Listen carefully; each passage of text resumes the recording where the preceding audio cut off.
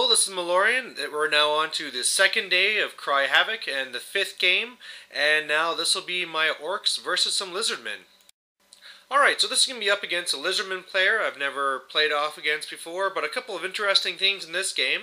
First of all, I rolled a 1, 2, 3, 4 for my magic, so there'll be no foot of Gork going down. And the second thing was actually interesting. I mean, I always would put a Slan in Temple Guard or make him ethereal and put him by himself. And it was just in the last week that somebody on Warsteer was talking about how if you have a lot of skill, you can actually get away with putting them in skinks. And that actually is what this guy's doing here. He's going with Laura Light. He has the Pterodons on the left, some chameleon skinks up by me on the left and right. He has a Carnosaur, a Salamander, a Scrox unit, another Scrox unit, you know, Croxagore and Skinks, the Slan and Skinks behind there, and then he also has a big Saurus unit, and there's a Scarvet in there. There's also a Scarvet with the middle Scrox unit there. On the far right, there's also an Eagle and a Salamander. And what we're trying to do in this game is that in the building in the center, you can't get till turn 2, but you get it by rolling a 2+, and there's this magical sword. It replaces whatever sword you have, and basically it makes you really good in combat, but then it can make you do crazy things. And so some of the things you're trying to do in this game is to get the sword first. You're supposed to allow your opponent to redeploy one unit, because as you're deploying these, you had to list them in order, so even though it was back and forth, you had a set order you had to put them down on, and then the final one is to beat a character in a challenge. So really what I'm looking to do here is have my level 4 take it from the building. I'm looking to be more defensive actually on the left side here, and then hopefully with my trolls swing around, hit the flank, and just pull them apart.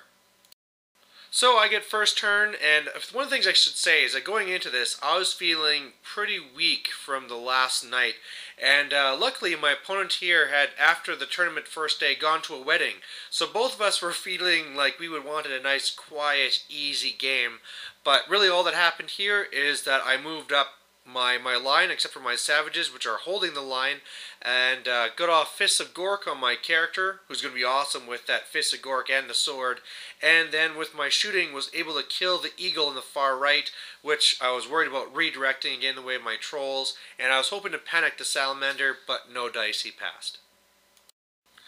Alright, so his turn 1, he's kind of just generally moving up, but I think my whole idea of being defensive with the savages is working out. I mean, he knows it's a hard-hitting unit, he has to be careful, plus I'm defending that fence there, so he has to be a little bit careful there. He actually wanted to go for the building, but of course still turn 1, and the main thing that happened here is that his Slan went to go and put the spell on my Black Orcs, where I have to pass a strength test or else I can't do anything basically on my next turn. I took it on because I figured, sure, why not? You know, if I fail a test, I can always just move in with my BSB and take it. But the big thing is that actually I didn't need to decide if I was going to take it or not, because he got Irresistible Force and did a blast to his own unit, which killed a whole bunch of the skinks, which meant that there wasn't enough to give him a look out, sir. So that was fantastic. His shots from the flamers did pretty much nothing, and really I was just feeling very good the way this was going. Something else I liked was that his skinks were going around my backside, and of course for my fanatics that will probably deal with him. And on the left side I put my wolves on there specifically to try and draw away his pterodons, because I didn't want them baiting around my savages, and that seems to be working too. My turn 2 then, I swift reform with my Black Orcs and move up to the building so I could take the sword, and I got it. My savages unfortunately went and they failed their animosity, had the charge, luckily failed it, but they only moved up the 1 inch, so now I'm not going to be getting that defended building, but hey, you know, I got those 2 units there. It's almost like a trap. My trolls want to be swinging around, but I seem to remember there was something in my way that I need to deal with, so I mean, they're just kind of doing their best. And otherwise, I put a rock right on the Slan's head and killed him. This was so huge. Wow. I mean, usually I don't take this stone thrower, and so far it's knocked out a redirecting unit, and then in this next turn here, it takes out the Slan. It was such a fantastic thing for it to do, and Yeah, I mean, now it's a totally different game. If my trolls get around that flank, he's in so much trouble. But one of the things I didn't realize is that by taking the sword, even though I get a bonus to my weapon skill and attacks and stuff, I also get -3 leadership. So that's going to cause issues, I'm sure. His turn 2. Now, he wanted to send both the units with his Scarvets into my Black Orcs, but the center one failed. So it's just going to be the one unit, and I think, again, that's fantastic. I can just kill these guys and then move on. And so that's what happens. I mean, he had moved up the other units to be with the Savages, or basically just to stand right in front and shoot at me. And then when I beat the Saurus, first of all, my level 4 killed the Scarvet in a challenge. I mean, I had so many attacks and strength from the spell and the sword being there.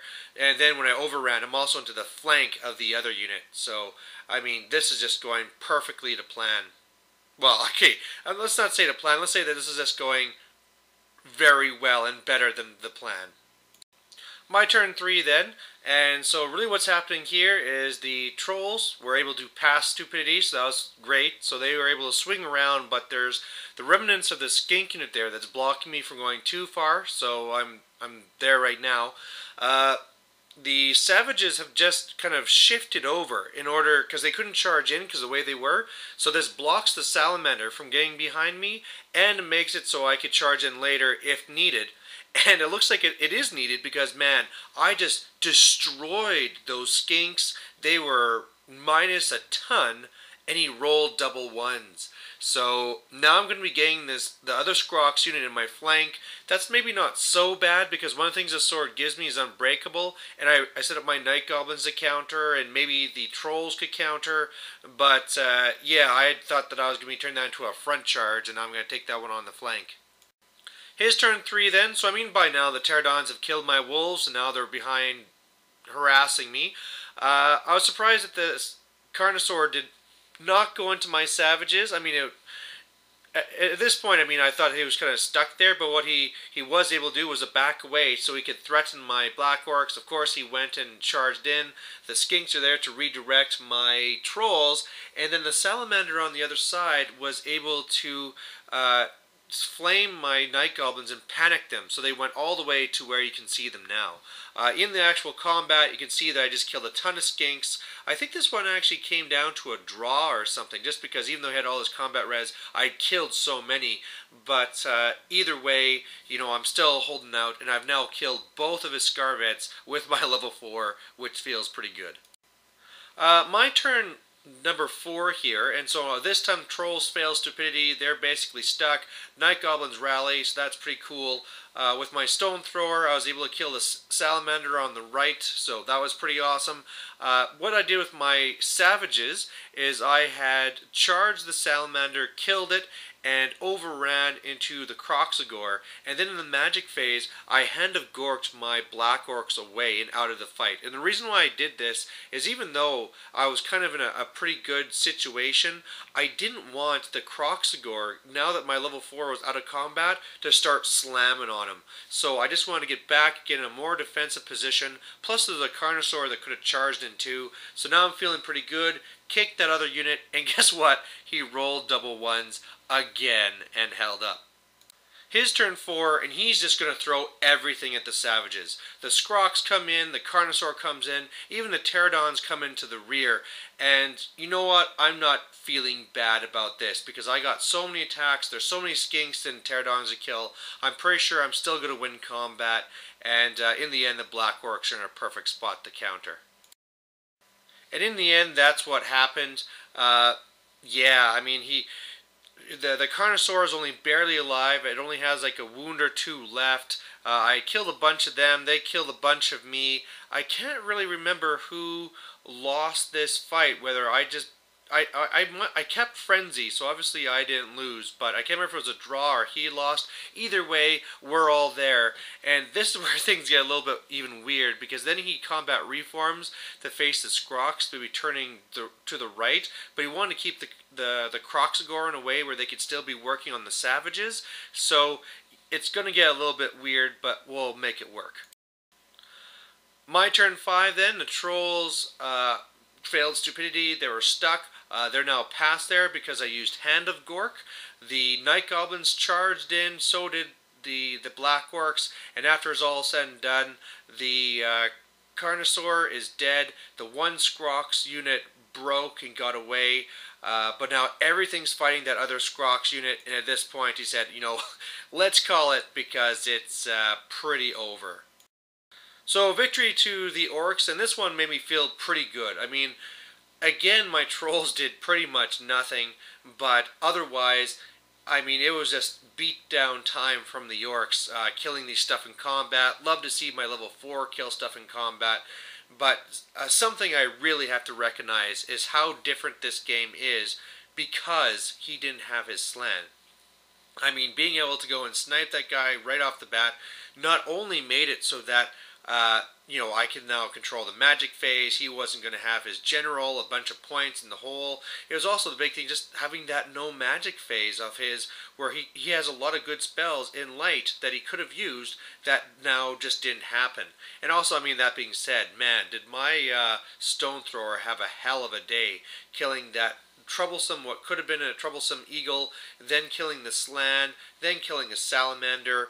In the end, it was killed by skinks, but or was it even? Yeah, it was killed with some poisons. But yeah, geez, what a great game for that one War Machine. And, this is the second massacre in a row, the third win in a row, and I'm feeling pretty good at this point. Pretty good.